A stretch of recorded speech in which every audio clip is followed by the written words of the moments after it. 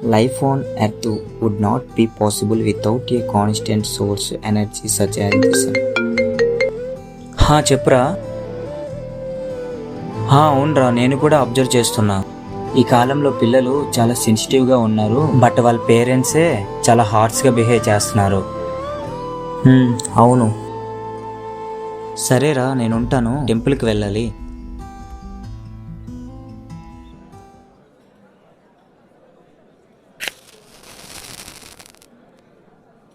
అమ్మా, దేవుడు ఎలాంటోడు?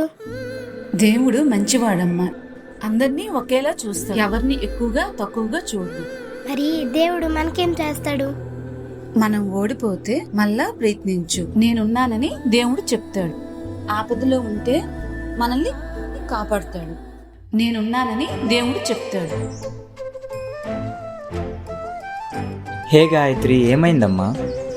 నేను ఎగ్జామ్లో ఫెయిల్ అయిపోయింది సార్.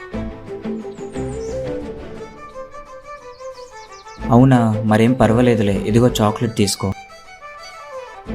మళ్ళీ చదువు, మళ్ళీ ఎగ్జామ్ రాయు, ఈసారి పాస్ అయిపోతావులే. అవునా, నిజంగానా? అవును గాయత్రి, నిజం, నేనున్నా కదా.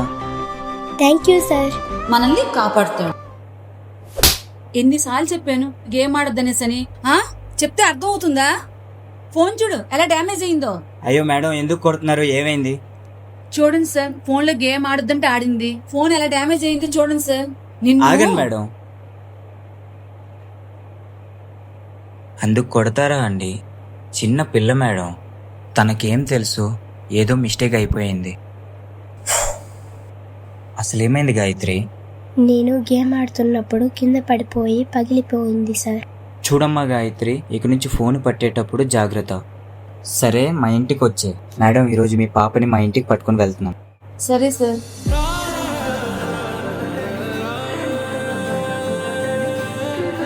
దేవుడు ఎలా ఉంటాడో అమ్మ చెప్పలేదే.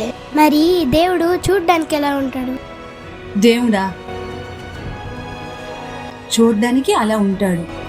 నడిచి వెడుతున్నటువంటి త్రిమూర్త్యాత్మక స్వరూపమా, నా కంటి ముందు నడిచి వెడుతున్నటువంటి కర్ణచరణాదులతో కూడుకున్నటువంటి పరతత్వమా, హారేనా దేవుడు? ఓ గురువా, ఓ పరబ్రహ్మమా. గురువు దైవంతో సమానం, గురువే దైవం.